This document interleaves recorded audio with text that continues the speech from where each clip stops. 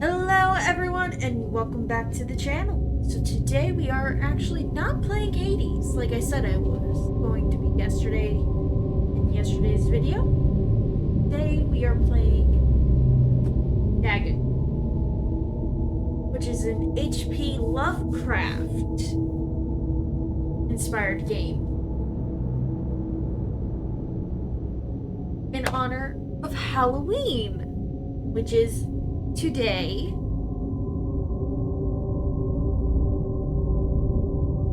I know I don't play a lot of scary horror games on the channel. Bear with me.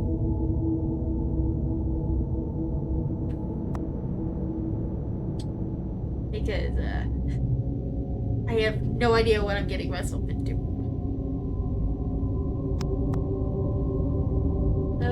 Faithful interaction and adaptation of H.P. Lovecraft's work, focused on story and atmosphere, will not find difficult choices, action sequences, or inventory management here, and movement is limited, progressing through locations along with the plot. I am writing this under an appreciable mental strain, since by tonight I shall be no more. During the game, you will encounter interactive elements. Some of them will allow you to continue your journey. Others reveal interesting facts about the original short story, its historical background, and the author. Some of the trivia is hidden. In order to find these secrets, focus your eyes and look for the elder sign.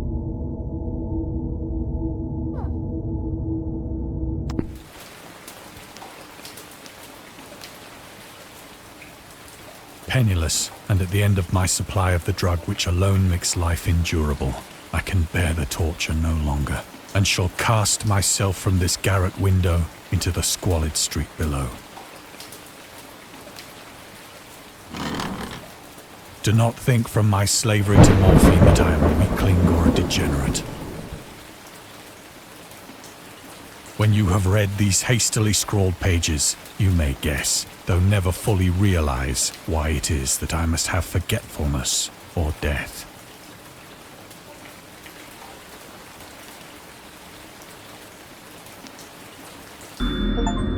Morphine.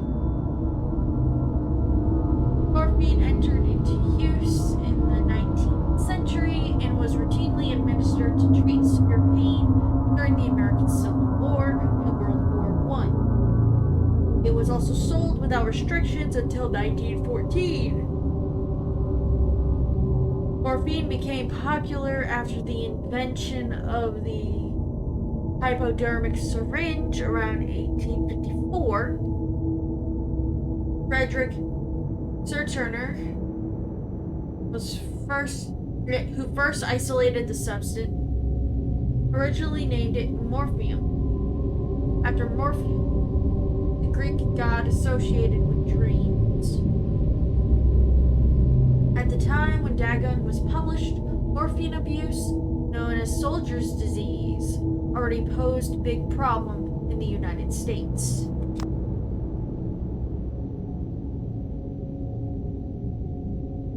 You can read the discovered trivia immediately or go back to them later in the main menu, off displaying trivia if you find that the feed distracts you from the story. Well, I do not care. Distracts me. Story or not?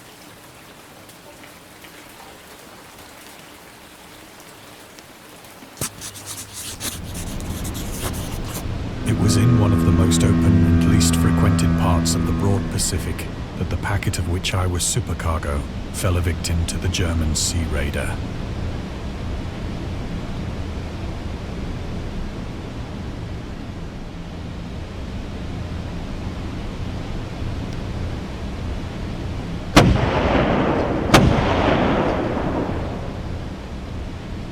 The Great War was then at its very beginning, and the ocean forces of the Hun had not completely sunk to their later degradation. so that our vessel was made a legitimate prize, whilst we of her crew were treated with all the fairness and consideration due us as naval prisoners.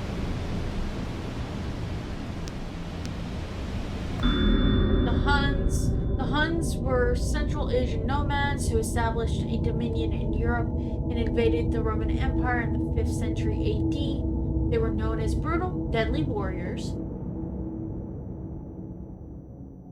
and masters of quick raids who also developed powerful composite bows, lassos, and early siege weapons. During World War I, the British used the word Hun as a synonym for Germans in order to emphasize their brutality. However, the term originated when the German Emperor Wilhelm II gave a speech to his troops on 27th July in 1900 before they embarked to China. Should you encounter the enemy, he will be defeated. No quarter will be given. Prisoners will not be taken. Whoever falls into your hands is forfeited. Just as 1,000 years ago, the Huns under their king Attila made a name for themselves, one that even today makes them seem mighty in history and legend. May the name German be affirmed by you in such a way in China that no Chinese will ever again dare to look cross-eyed at a German. Sorry, I keep yawning. The refusal to take prisoners was a clear breach of the laws and customs of war adopted during the First Prague Convention of 1899.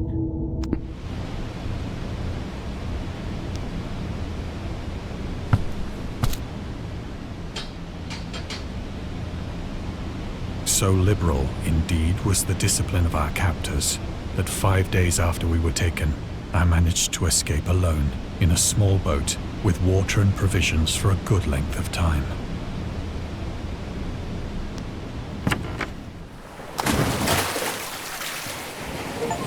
When I finally found myself adrift and free, I had but little idea of my surroundings. Never a competent navigator, I could only guess vaguely by the sun and stars that I was somewhat south of the equator. Of the longitude, I knew nothing, and no island or coastline was in sight.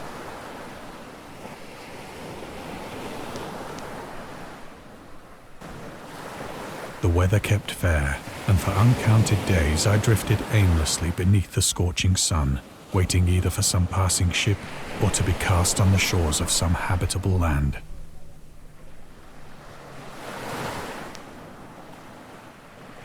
But neither ship nor land appeared, and I began to despair in my solitude upon the heaving vastness of unbroken blue.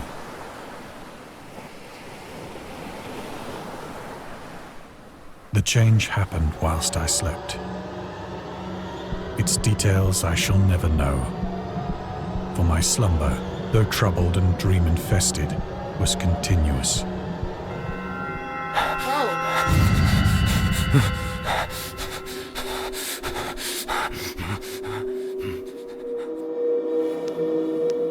When at last I awoke, it was to discover myself half sucked into a slimy expanse of hellish black mire, which extended about me in monotonous undulations as far as I could see, and in which my boat lay grounded some distance away.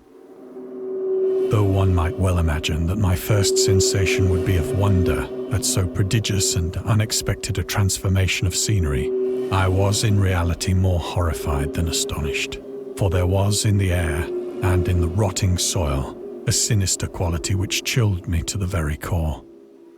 The region was putrid with the carcasses of decaying fish and of other less describable things which I saw protruding from the nasty mud of the unending plain.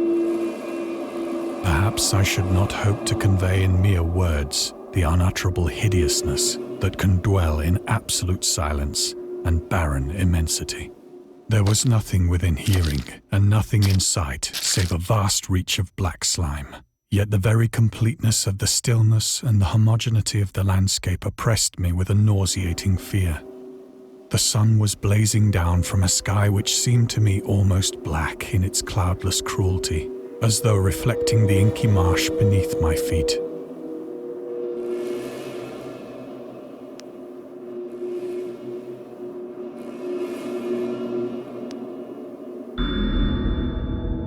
The origins of Dagon.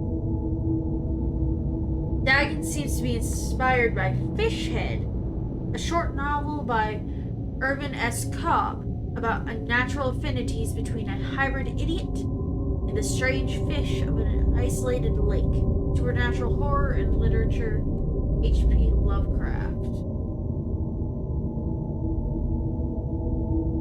In Lovecraft's dream about a strange island emerging from the ocean and him crawling in the ooze that covered its surface.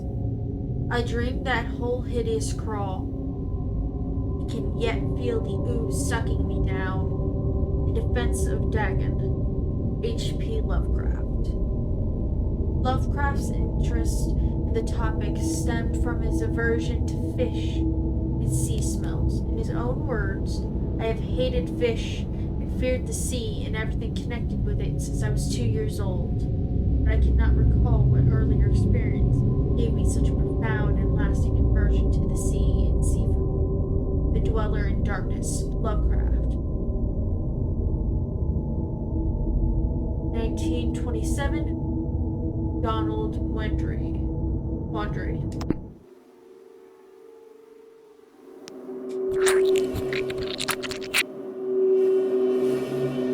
As I crawled into the stranded boat, I realized that only one theory could explain my position. Through some unprecedented volcanic upheaval, a portion of the ocean floor must have been thrown to the surface, exposing regions for which innumerable millions of years had lain hidden under unfathomable watery depths. So great was the extent of the new land which had risen beneath me that I could not detect the faintest noise of the surging ocean, straining my ears as I might. Nor were there any seafowl to prey upon the dead things.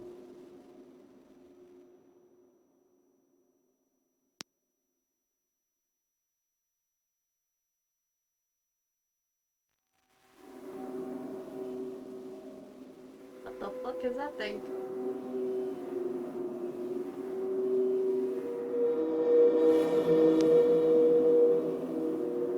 For several hours I sat thinking or brooding in the boat, which lay upon its side and afforded a slight shade as the sun moved across the heavens.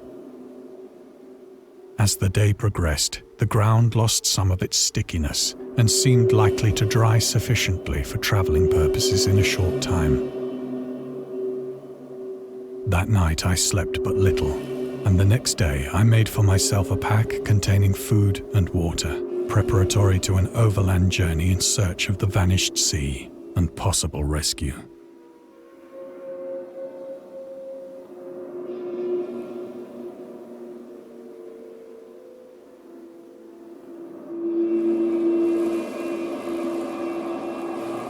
Anything else?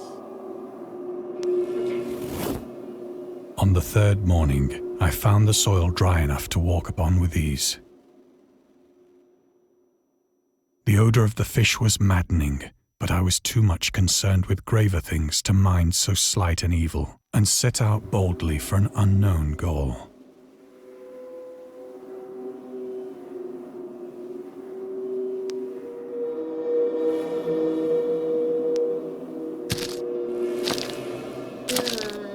I just don't like the squelching sounds. All day I forged steadily westward, guided by a faraway hummock which rose higher than any other elevation on the rolling desert.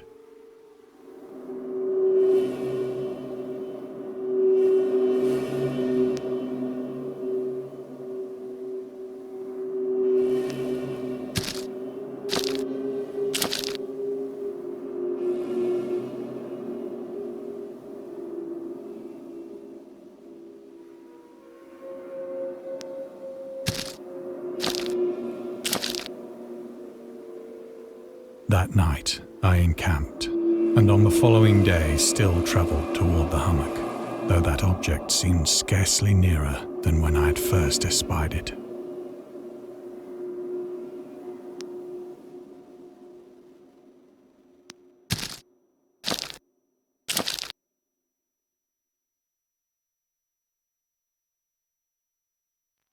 By the fourth evening, I attained the base of the mound, which turned out to be much higher than it had appeared from a distance. An intervening valley setting it out in sharper relief from the general surface. Too weary to ascend, I slept in the shadow of the hill. I know not why my dreams were so wild that night, but ere the waning and fantastically gibbous moon had risen far above the eastern plain, I was awake in a cold perspiration, determined to sleep no more. Such visions as I had experienced were too much for me to endure again. And in the glow of the moon I saw how unwise I had been to travel by day. Without the glare of the parching sun, my journey would have cost me less energy.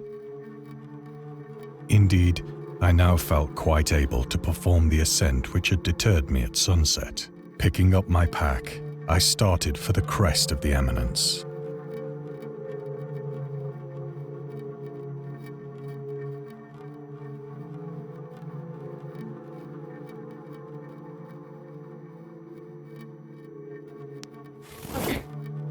I have said that the unbroken monotony of the rolling plain was a source of vague horror to me. But I think my horror was greater when I gained the summit of the mound and looked down the other side into an immeasurable pit or canyon, whose black recesses the moon had not yet soared high enough to illumine. I felt myself on the edge of the world, peering over the rim into a fathomless chaos of eternal night. Through my terror ran curious reminiscences of Paradise Lost, and of Satan's hideous climb through the unfashioned realms of darkness. As the moon climbed higher in the sky, I began to see that the slopes of the valley were not quite so perpendicular as I had imagined.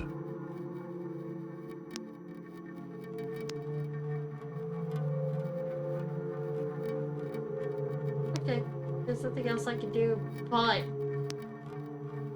Ledges and outcroppings of rock afforded fairly easy footholds for a descent, whilst after a drop of only a few hundred feet, the declivity became very gradual.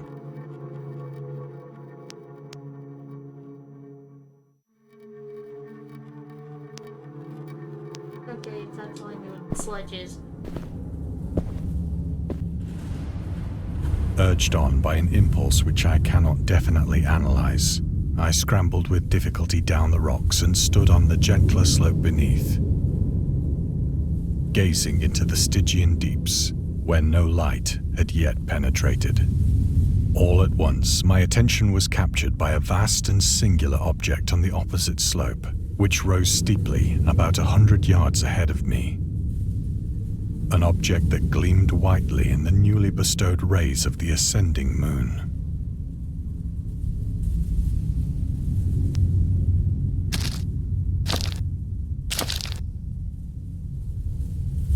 That it was merely a gigantic piece of stone, I soon assured myself.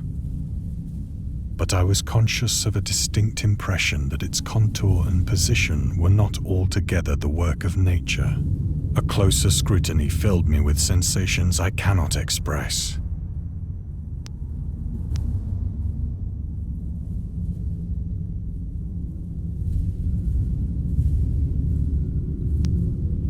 For despite its enormous magnitude and its position in an abyss which had yawned at the bottom of the sea since the world was young, I perceived beyond a doubt that the strange object was a well-shaped monolith, whose massive bulk had known the workmanship and perhaps the worship of living and thinking creatures.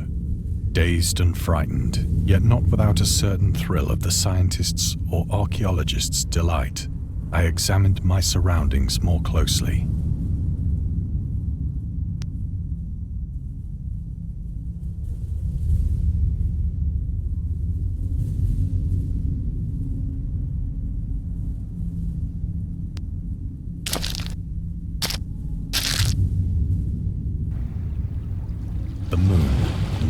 the zenith shone weirdly and vividly above the towering steeps that hemmed in the chasm, and revealed the fact that a far-flung body of water flowed at the bottom, winding out of sight in both directions and almost lapping my feet as I stood on the slope. Across the chasm, the wavelets washed the base of the Cyclopean monolith, on whose surface I could now trace both inscriptions and crude sculptures.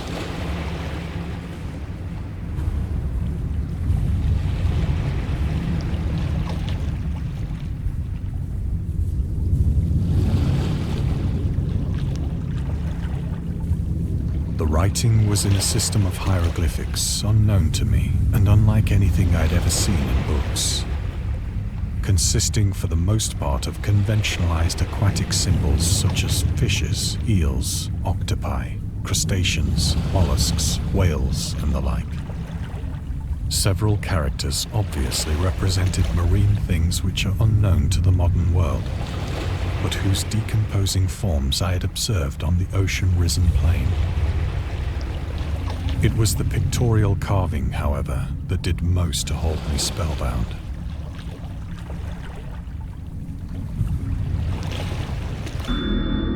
Alright. Dagon contains many themes and storytelling methods that Lovecraft developed in his later works, such as telling the story through carvings, the Mountain of Madness, the Nameless City, journals and characters' notes, the Shadow of Time, the Haunter of the Dark, islands emerging from the ocean, the Call of Cthulhu, or fictional beings and deities based on real events and mythologies. Mygo and the Whisper in Darkness. Also considered the origin of the popular Cthulhu mythos. Some of Lovecraft's other stories also include in a manner similar to Dagon, but let's skip the details in order not to spoil the ending.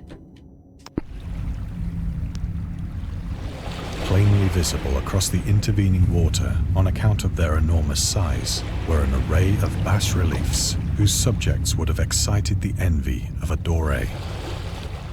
I think that these things were supposed to depict men, at least a certain sort of men, though the creatures were shown disporting like fishes in the waters of some marine grotto, or paying homage at some monolithic shrine which appeared to be under the waves as well.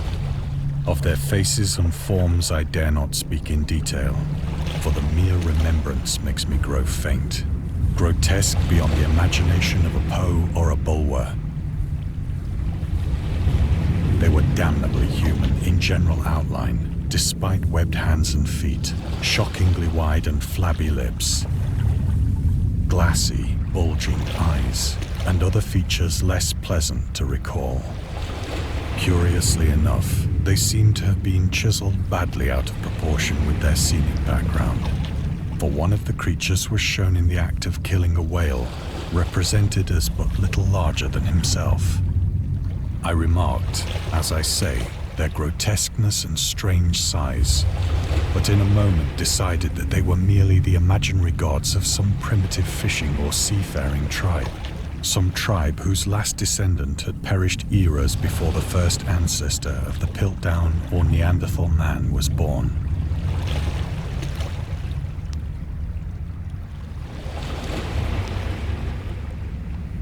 Awestruck at this unexpected glimpse into a past beyond the conception of the most daring anthropologist, I stood musing whilst the moon cast queer reflections on the silent channel before me. Then, suddenly, I saw it. With only a slight churning to mark its rise to the surface, the thing slid into view above the dark waters. Fiend-like and loathsome, it darted like a stupendous monster of nightmares to the monolith, about which it flung its gigantic scaly arms, the while it bowed its hideous head and gave vent to certain measured sounds. I think I went mad then. Of my frantic frantic ascent of the sloping cliff and of my delirious journey back to the stranded boat, I remember little.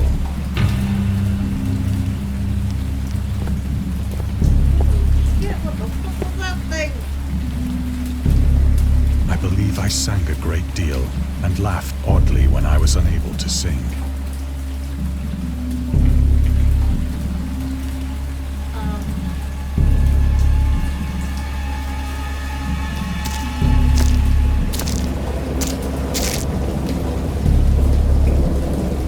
Indistinct recollections of a great storm sometime after I reached the boat. At any rate, I know that I heard pearls of thunder and other tones which nature utters only in her wildest moods.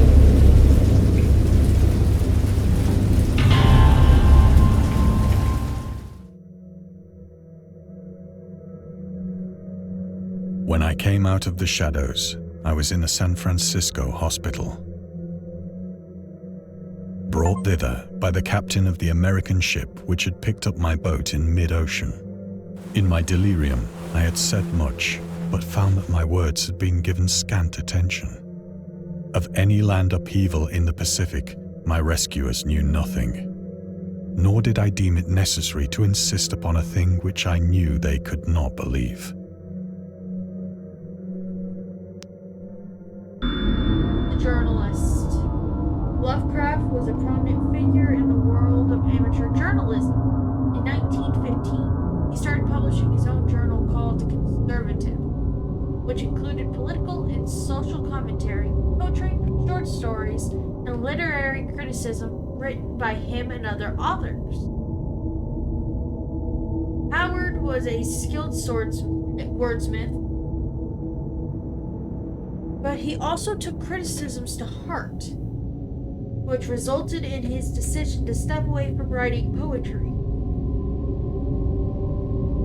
and concentrate on weird fiction again for the first time since his teenage years. Dagon, published in 1919, is one of the short stories written during that period. In this example excerpt from The Conservative, the master of horror fiction explains his attitude towards warfare and the idea of world peace. Why any sane human being believe in the possibility of universal peace is more than the conservative can fathom. Should the entire civilized world agree simultaneously to disarm, one or more nations would undoubtedly retain secret armaments and at the proper time take advantage of their more altruistic and less astute contemporaries in a wild career of conquest against unarmed victims. No country is, or ever can be, above warfare until the basic impulses of the human animal shall have miraculously.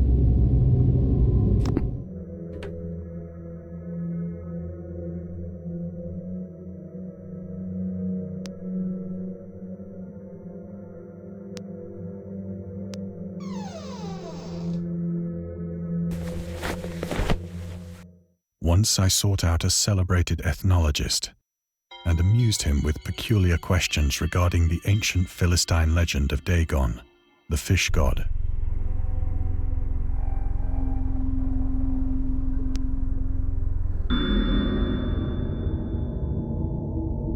It can also be pronounced as Dagon, was the main deity of the Philistines, worshipped throughout the Middle East as the ancient god of fertility and crops. In Hebrew, the word Dagon was a common noun for grain. The rulers of Akkad, Mesopotamia, chose him as the patron saint of their war conquest. He also appeared as the judge of the dead in an Assyrian poem and an underworld prison warder in one of the Babylonian texts. He is often mistaken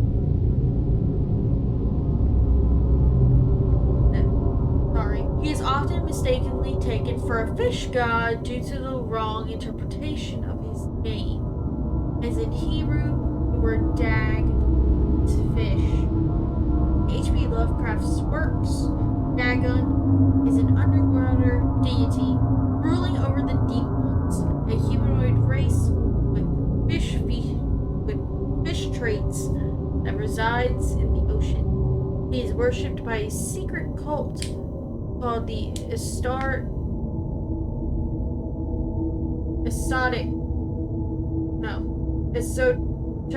Order of Dagon. Sorry if I butchered that word.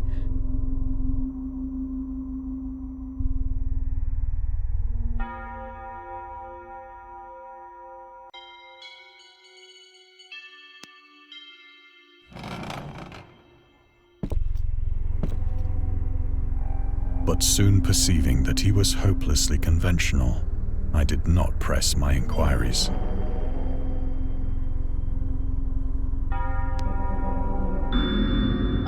August Derleth and the Cthulhu Mythos.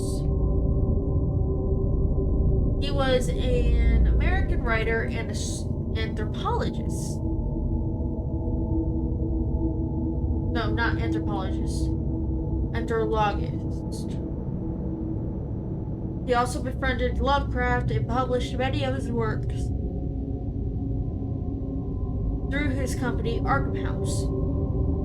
Although he greatly contributed to the popularization of the author's works after his death, he is surrounded by numerous controversies. One of his most questionable decisions involved introducing the good versus evil doctrine. Derleth was a devout Catholic to the Cthulhu mythos, which contrasted with Lovecraft's view of the world and his approach to cosmic horror. As a result, the author's works are often misunderstood and misrepresented in today's cultures. It is also worth noting that Lovecraft was never really interested in creating a mythology, and the term Cthulhu mythos was coined by Derleth after the author left the mortal plane.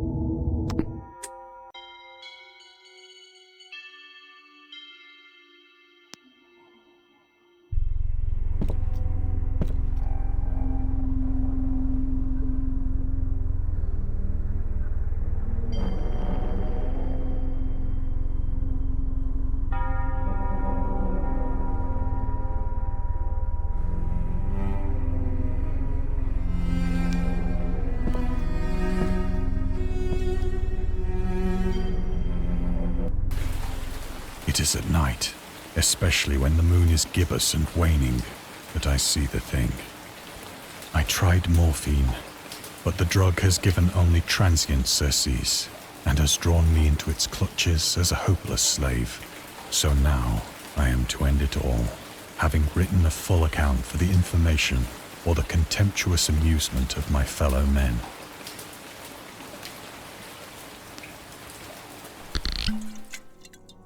Often, I ask myself if it could not all have been a pure phantasm, a mere freak of fever as I lay sun-stricken and raving in the open boat after my escape from the German man of war. This I ask myself, but ever does there come before me a hideously vivid vision in reply.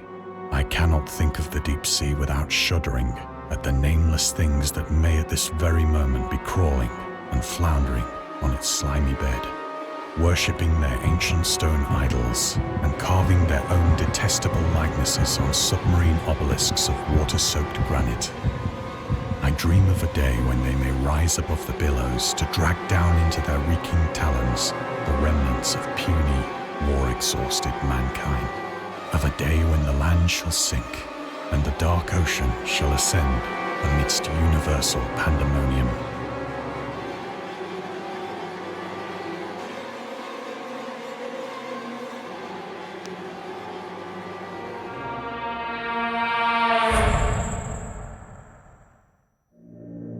The end is near. I hear a noise at the door, as of some immense slippery body lumbering against it.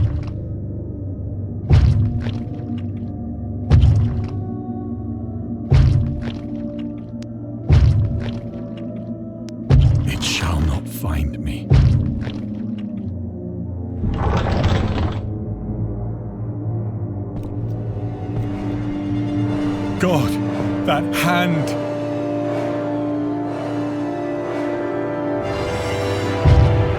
The window! The window!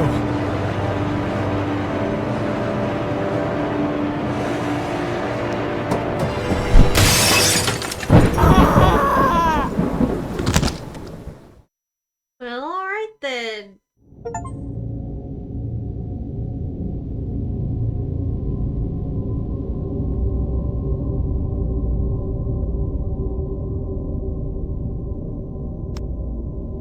Got what it was wanting to do. Game. Okay.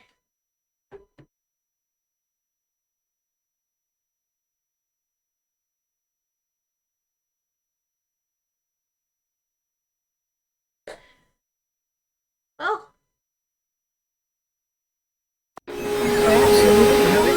And scary stories have been accompanying men for centuries. They have many faces and forms, but what is their purpose? Why do we enjoy being afraid so much? During our therapy, I'll try to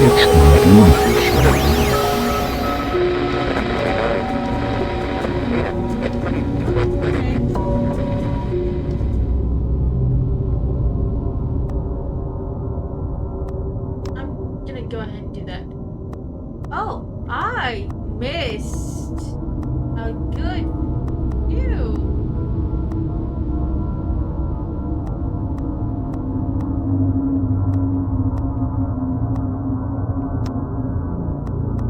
The trivia stuff. But anywho now, that was Dagon. Thank y'all so much for watching, and I will be back tomorrow with more Black Book. Bye, y'all.